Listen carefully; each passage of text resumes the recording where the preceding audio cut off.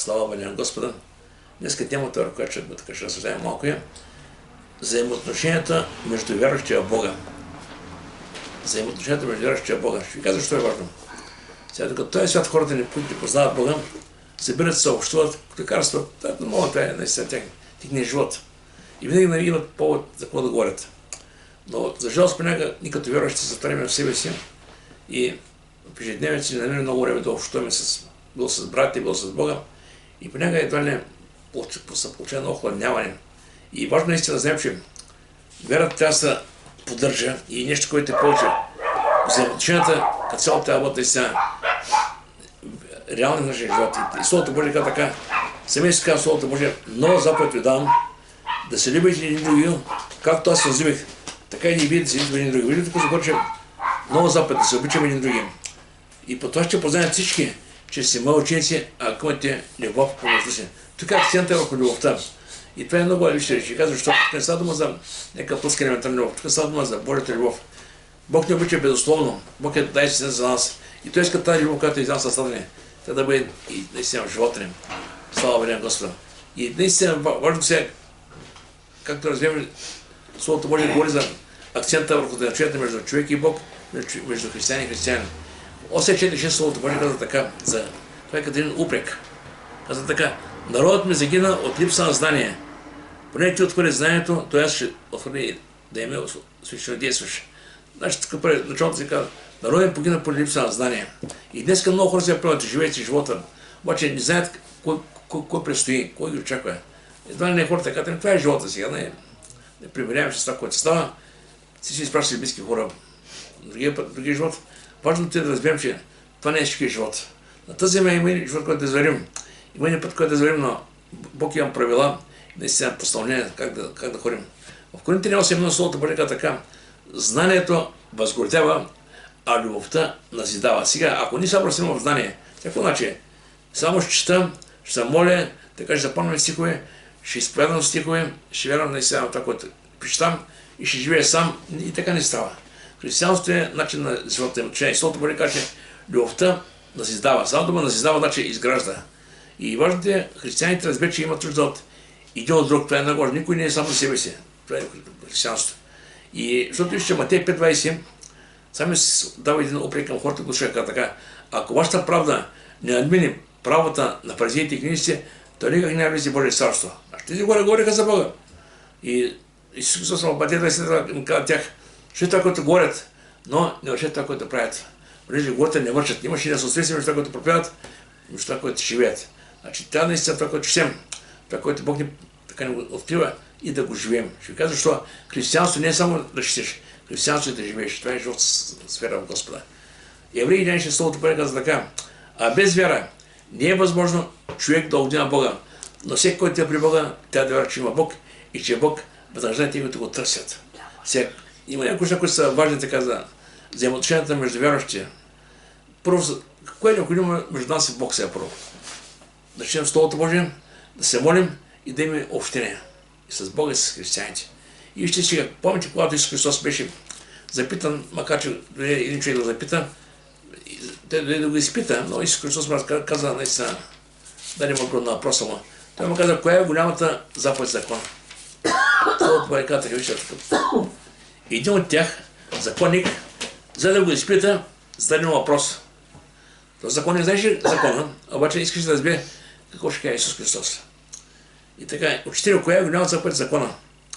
И той му рече, да възлюбиш Господа своя Бог от всичко сърце, всичко душа и всички си ум. Това е голямата и първа заповед.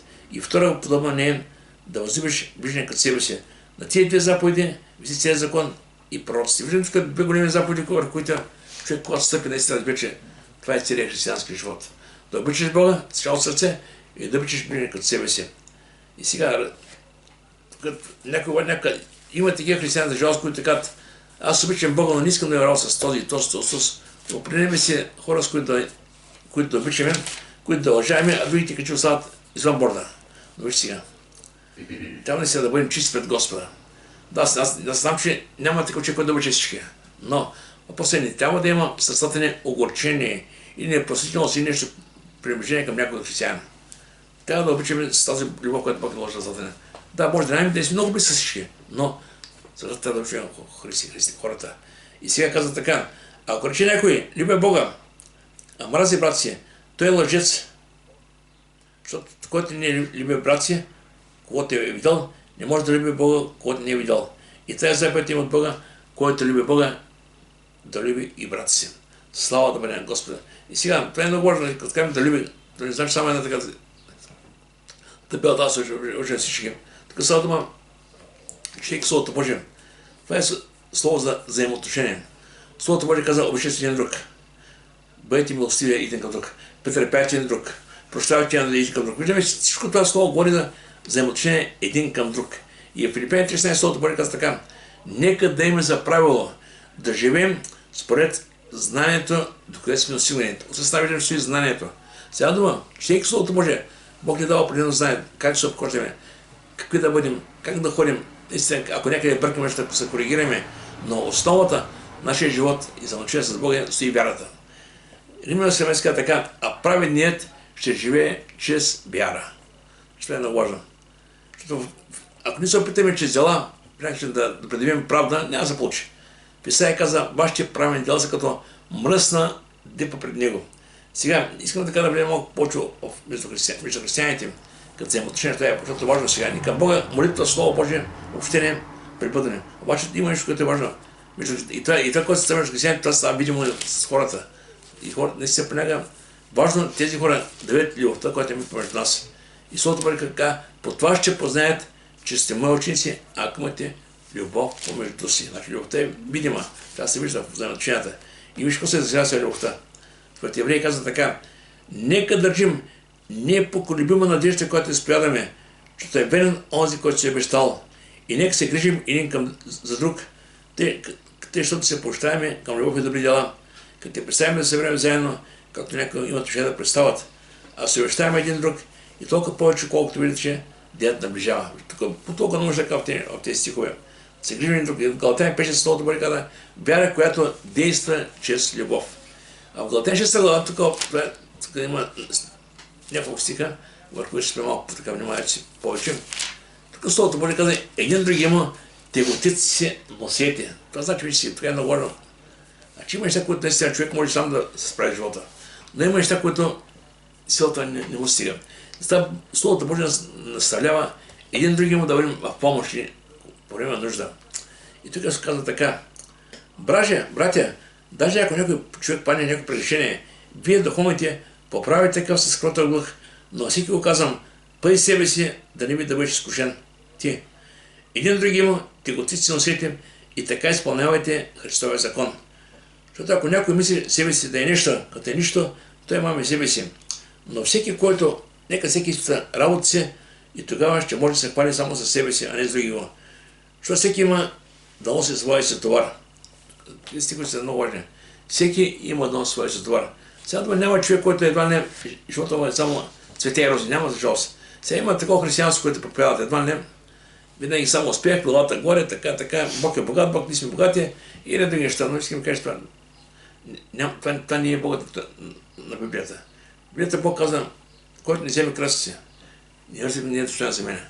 Има разлика. Да, ще има благословение, но не само благословение. Ще има цветя, ще има и рози, но ще има и бъдли. И това е християнски живот. Така че.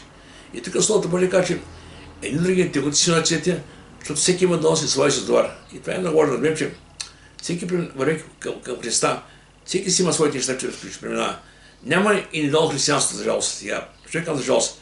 При хората казват, аз искам да бъда Христос, не искам Христос, искам да чакай. Сега, ако Бог те е избрал, простил те греховете, очистил те от всичко, което е минало, избрал го е Него и Него е простил греховете. И сега дума, Бог показва към всеки човек. Кой съм аз да решавам, кой спася, кой не спасява? Разбойника на кръста, вече погледнете сега. Много предавам този персонаж.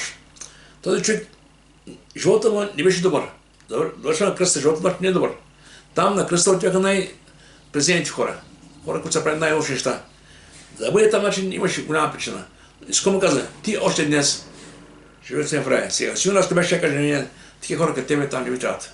Ти достатъчно злош. Но Христос ми каже, Бог е милостив, Бог е добър, Бог прощава. И Бог ска и никът до Него и деца. със същата любов, същата милост да показваме към хората. Въпреки това, което са, въпреки това, което наистина понякога преценяваме, дали е добре, дали не е добре.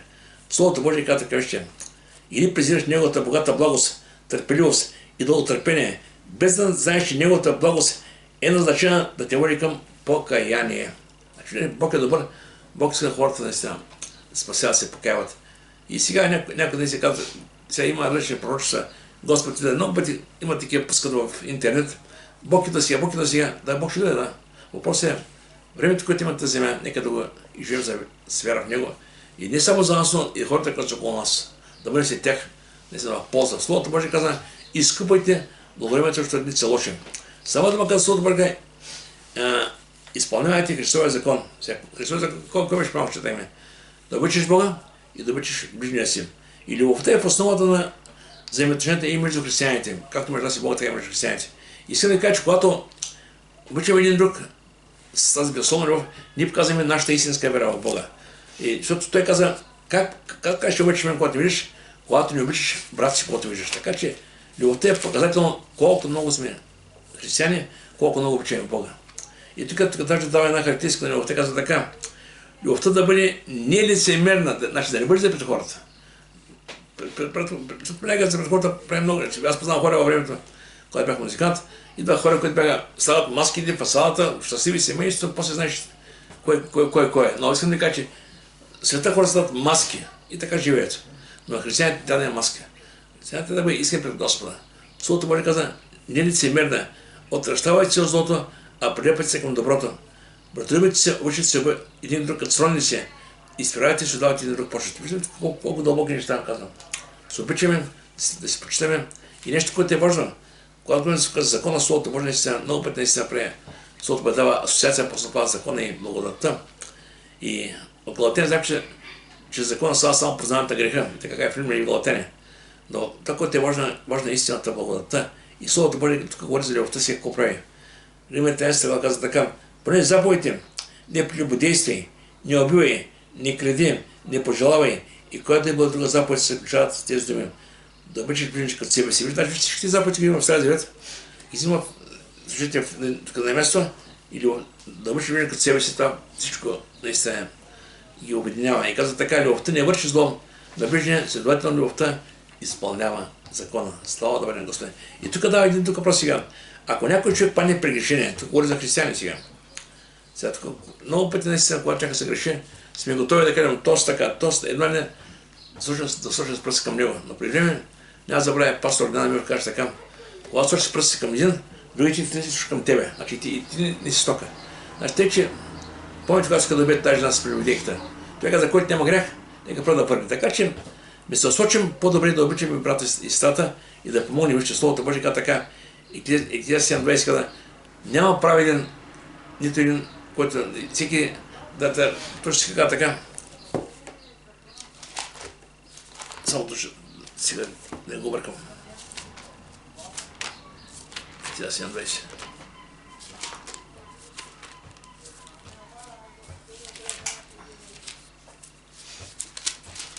Така. Наистина няма праведен човек на земята, който да струва добро и да не греши. Значи виждам, че Словото ме каже. И срещаш много правилен живот и ето при някакъв, както ще е така при малко, някакъв път казваме някаква дума, някакъв път нещо се старим без да скиме, ще кажем нещо, много спорли, така се съгрешаваме, но човек не трябва да сочи с пръст другия, а път да каже, Господи, помогни му на него, както помогни на мен така. И важно наистина да има едно правилно отношение към хората, които са около нас, които се грешават понякога, ако мога така. Не е желателно, да греши, но Словото Божие каза, поправят се с кротък дух, на всеки казвам, пари себе си, дали би те бъдеш изкушен. Виждате си, изкушен са около нас, всеки може да се греши по някаква болна и неволна, но Словото Божие ни дава какъв пример трябва да показваме един към друг сега, това е много важно. Понякога хората, които научат с някой да се грешат за нещо, отбършат гръб, не иска да има работа с него и казват, не, той не е от нашите. Той е нормално, когато някой прави нещо недостойно, но веднага хората се го игнорират. Обаче църква не е така. Словото Божие казва, вижте, Словото Божие казва. Слабият във верата приемайте, но не се прибирате съмнението му. А сега, ако някой приема сега, нещо разбира както трябва, нищо, приемайте го така, както те, говорете му И как така е, не трябва по никакъв начин да показваме някакво високомерие, че не знаем повече от него, едва ние определен дарби, които те ги нямат. Това е страшно, разбира. Затова Словото Божие наставлява. Впрочем, ние силно сме длъжни да носим немощите на слабите, да не оказваме на себе си, всеки от нас да угождава на ближния си, с цел към това, което е добро за назиданието му. Понеже че Христос не угоди на себе си, ако те писано окорите на уния, които охоряха тебе, падна върху мене. Сега да виждам колко се Господ казва, наистина всеки като кажа на ближния си, за назиданието му. Самото му назидание много важно назидание. Това е, това е зидане. Нас гледа се зидане. Тук. Сега любовта е тази, която изгражда и взаимоотношение, изгражда наистина нашия християнски живот. И вижте Словото Божие предупреждавам, ако някой наистина съгреши нещо и се отдели от църквата, какво да правим? Не да го оставим да погине, да фие безусловно нататък. Напротив, Словото Божие каза така, братя мои, ако някой от вас заблуди от истината и един го обърне, какво става сега? Нека знае, че който е обърнал грешника от заблудения му път, ще спаси душа от смърт и ще покрие много грехове.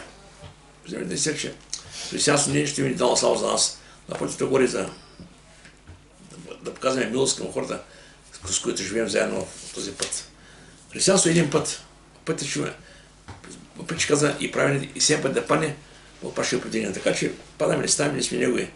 Но тук казва така, след си без извинение от човече, който да си, когато съдиш други го, себе си осъдиш. Когато съдиш другия, себе си осъдиш, понеже ти, който съдиш, върши същото. Да, понякога сега, или кой си помърши нещо, сигурно не се решаваме от друго. Важното е не да съдим, да показваме милост един към друг. И Словото Божие каза, пази себе си, това е много лиш. Пази себе си, ти бъдеш изкушен. И тук сега мога да говоря за това нещо. Един други има, те го си усетни и така изпълнявате Христовия закон. И когато говоря един други, трябва да вече лични, сме на Христово тяло. И какво значи това? Сега почитаме при сега. Сега, ето, взимам се, ако се даде пръста сега, като прави нещо, пръста е част от тялото. Цялото ми тяло ще бъде в дискомфорт, докато пръста се изцели. Ако искам да кажа, Христово тяло е едно. И наистина никой не трябва да вижда себе си отделно от Христово тяло. Напротив, ако брат ти страда, ако нещо става около тебе, наистина Словото Божие казва, един да ги помагайте, те отици се носете. И тук вижте Словото Божие ни дава така една аналогия, като тяло, както човешко тяло, така е Христово тяло. Не казва така. Защото както тялото е едно, има много части. И части на тялото, ако са много, пак са едно тяло, така е Христос. Защото тялото не се състои от една част, а от много. И за да няма разлика, тялото на части да се грижат една за друга. И ако става една част, всички части се страдат с нея. Ако се става една част, всички части се радват заедно с нея. А вече си Христово тяло и по-отделно части от него. Тук Словото Божие ясно говори. Христово тяло. Това, което не се по Христовото е именно любовта. Това казва, че познаеш, че си мои ученици. И тук Словото Божие така, защото целият закон се изпълнява в една дума, си рече. Та е да обичаш ближния си като себе си. После в Солон си пак много говорят неща. Вижте, когато говори за любовта, специално за взаимоотношенията, почти всяко на послание говори за нещо, това е най-солното нещо. Любовта. Ако любов нямаме, Словото Божие къде си като кивал. Може да има всички дарби, може да има всичко това, може да да приемеш, ще каза. Но ако не любов, така няма всичко си. Моля ми, братя, увещавайте безчинните, сърчавайте малодушите, поддържайте слабите, бъдете търпеливи към всички. Как говори, какви са неща. Сега дума, това е начин на живота. Сега, може да започнем. И тук Словото Божие каза, да не мислим себе си за нещо повече от другите. Това е голям проблем между християните. Ще казва, защото понякога в църквата винаги има хора, които са с повече стаж в верата. Има такива хора, които те първо стъпват сега. И понякога хората, които са от много време, имат определени дарби, имат определени знания, така нормално е, това е нормално. И понякога това е, ако му кажа така, този товар, който имат в себе си, дава някаква гордост, че са повече от другите, обичат да гледат на хората с отгоре, това, което не е въобще библейско. Словото Божие каза, със смиреномъдие, нека всеки ще са другия по-горен от себе си. По-горен. Това е много важно сега. И нещо, това не е само като препоръка, но дава и предупреждение, вече си видам, защото си казвам тези неща. Защото гордостта е страшно.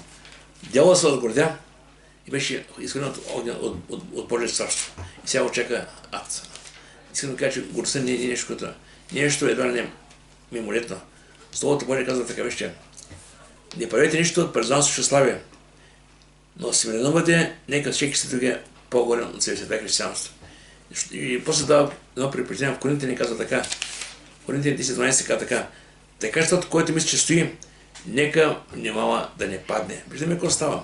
И нещо, което е важно нещо в Словото Божие, да не сравняваме себе с други, които се грешават. Ще кажа, защо сега? Ако един човек отиде при някой, който е сапан, ще каже, аз съм чист пред него. Но реално, ако ти при един, който е по-чист от тебе, тогава ще кажа, аз имам още на какво се науча. Вижте, самия апостол Павел, когато греше на себе си, той не греше на хората около себе си. Той каза, Христос дойде умре за грешите, от които най-голям съм аз. И казва, Павле, що така, нямаш около тебе някои хора, с които се сравниш, но той греше само към Христос. И каза така, вижте, вярно е това слово, да служава пълно приемане, че Христос дойде на света да спаси грешниците, от които главният съм аз. Той не греше на други хора около себе си, той греше на себе си и греше на Христос. И осъзнава, че наистина е грешник. Но слава на Господ, че Бог го обикна и не показа милост и благодат.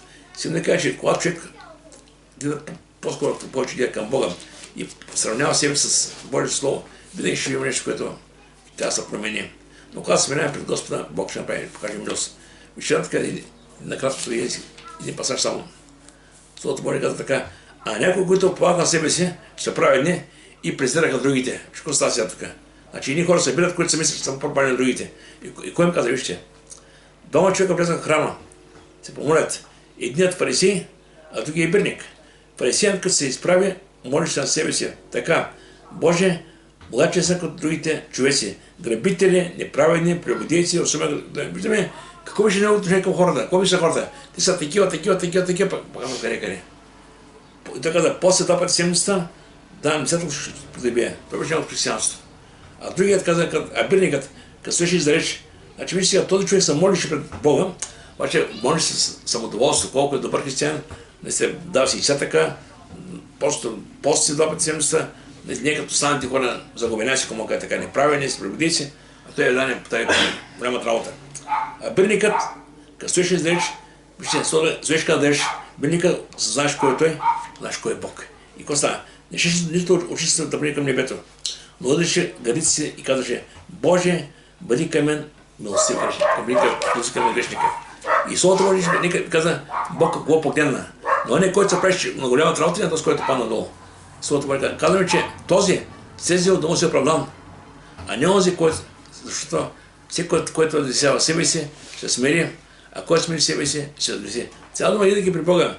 Трябва да знаеш, че ти имаш нужда смирение, нямаш да покажеш колко си духовен.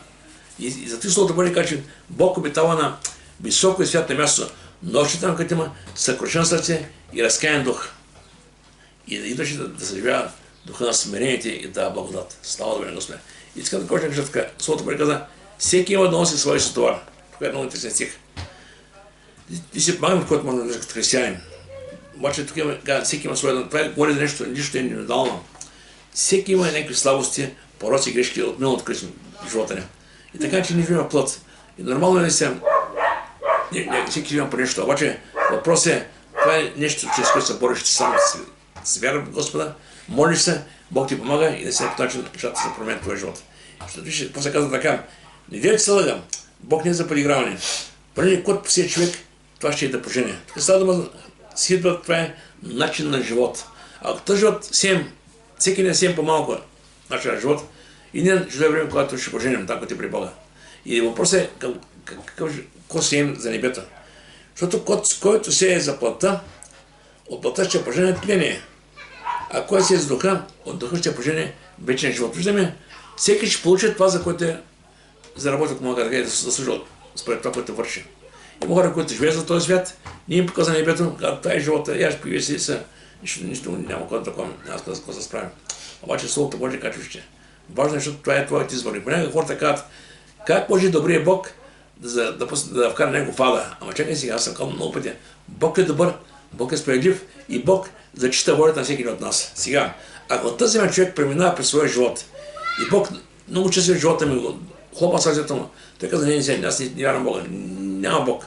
И ако на тази земя човек отхвърля Бога и покаже, че не вярва Бог, тогава как приеме, че се надява на него, как житиме?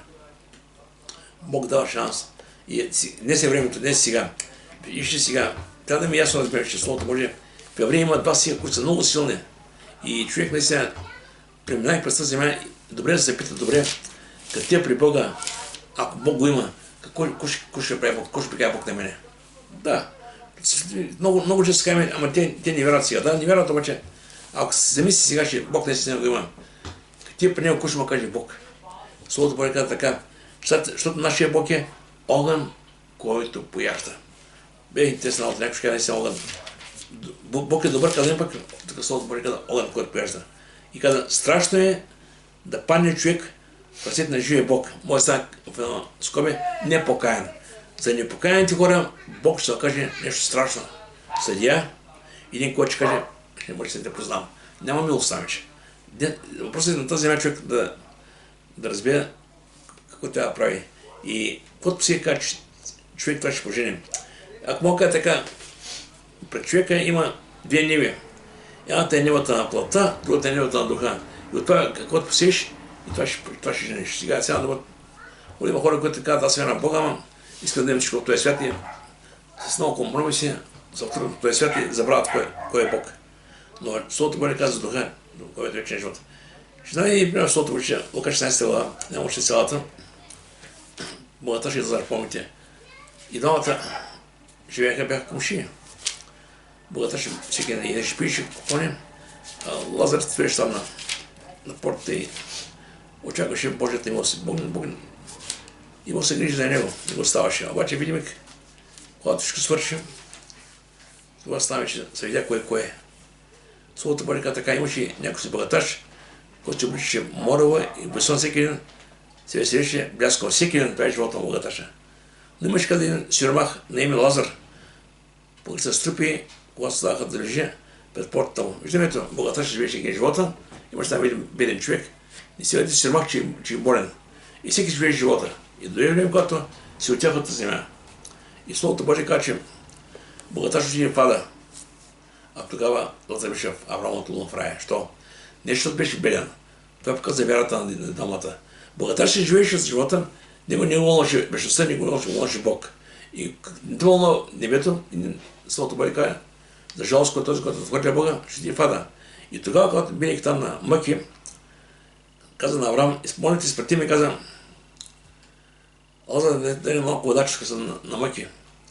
И той му каза така, съжалявам, каза, не мога между вас и нас има голяма бездна, а те твоите работи, каза, си взима, каза на земята, а Лазар каза, си взима зданици на тази земя. Той каза, тук се отишава, ти се мъчиш. И тогава богаташа каза, може ли да изпратиш някой при моите имам братя, да не бъдат тук на това място. И тогава той им каза, ако тези хора, които имаш, ако решат Моисея и пророците, той от мъртвите възкръси някой, пак няма да се обидят. Сега дума, сега хората казват наистина,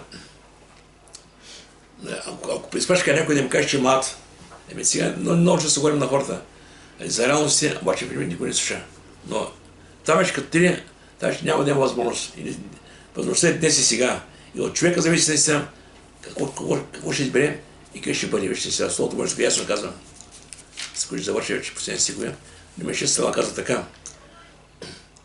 Какъв плод имате тогава до тези неща, като в света? Нещата, които сега срамувате, защото сетината е смърт. Но сега, като се освободите от греха и станете слуги на Бога, има за плод това, че отидете към святост, на която краят е вечен живот. Тук виждаме, гледайте крайности. Преди като сме живели в този свят, нещата, които сега срамуваме, са водят така смърт. Ама сега вече сме се оставили всичко, сме по нов път и краят не е вечен живот. И тук си много радикален. Ще се плат на смърт, а Божията е вечен живот в Христа нашия Господ. Слава бъде на Господи, нека Бог да благослови. Нека така стъпка по стъпка да вървим пътя, който има на земя. Наистина, най-важното е да си помагаме с любов и който може наистина да бъде полезен за брата и сестрата. Това от Христово. Нека Бог да благослови.